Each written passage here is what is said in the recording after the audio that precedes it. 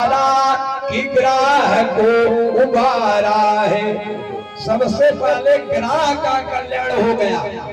प्रश्न खड़ा हो गया कि प्रभु आपने ग्राह का कल्याण किया कि गजराज को बचाने आए थे।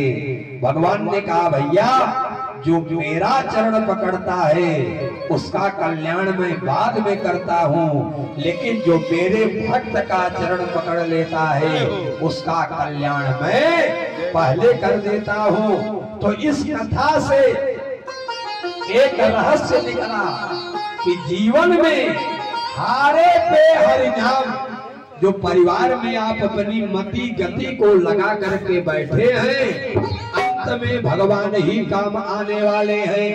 कि तुमको जो मेरा मेरा कहेंगे जरूरी नहीं हो तुम्हारे रहेंगे। अरे मतलब से मिलते हैं, स्वार्थ से मिलते हैं, दुनिया में साथी सदा इस धर्म के भरोसे रहना। स्वार्थ से मिलते हैं, दुनिया में साथी सदा इस धर्म के भरोसे रहना।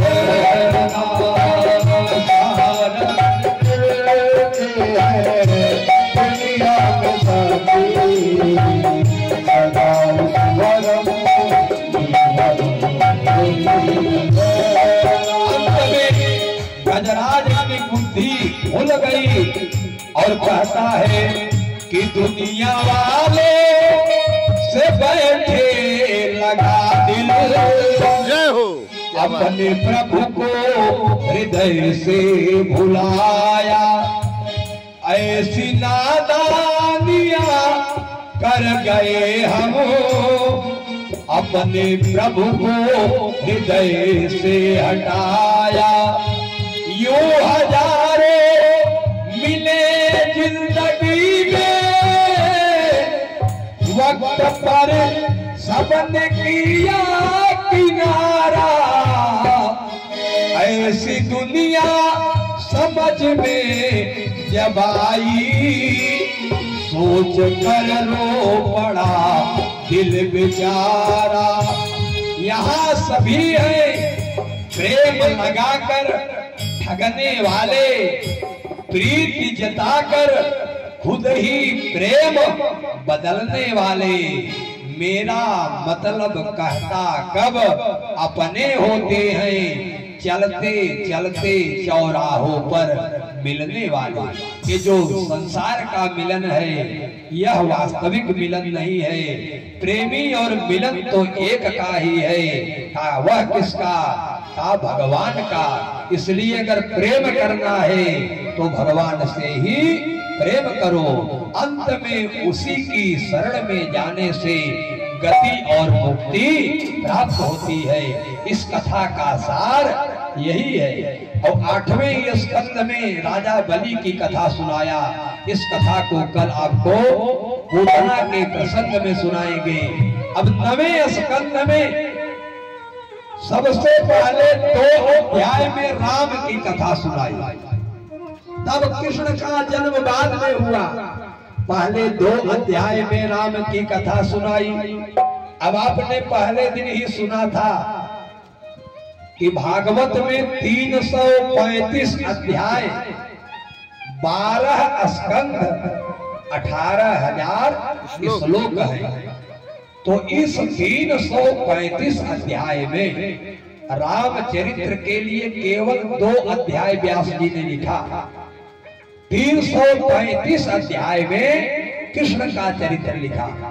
तो 500 साल पहले जब गोस्वामी तुलसीदास जी मानस लिखने लगे तो उनसे लोगों ने कहा भैया आपके आराध्य राम के लिए व्यास जी ने भागवत में केवल 2 अध्याय लिखा है, तो उनके आराध्य कृष्ण के लिए आप मानस में कितनी चौपाई लिखेंगे?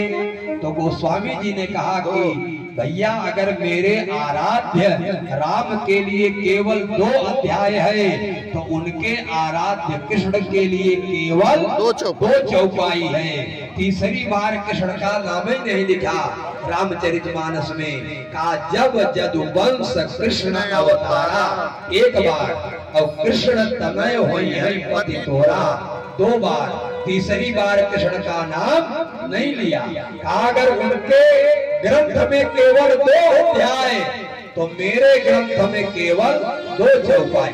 तो नवम स्कंध में 2 अध्याय में कथा लिखने का एक आशय यह है कि कृष्ण का चरित्र बड़ा विचित्र है, उसमें लोग भटक न जाएं, मोहित न हो जाएं, इसलिए राम की मर्यादा का चश्मा आंखों पर लगा दिया कि मर्यादा का चश्मा अगर लगा रहेगा तो चश्मे में 2 डंठल होता है, इसलिए 2 अध्याय का चश्मा लगा करके कृष्ण के चरित्र में तब प्रवेश दिया।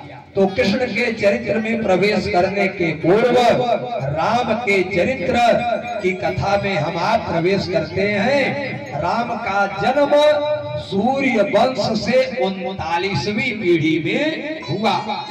श्री सुखदेव जी महाराज ने राजा परीक्षित से कहा, राजन अगर वंश विस्तार राम का और कृष्ण का मैं करूंगा तो 100 वर्ष व्यतीत हो जाएंगे, 7 दिन नहीं।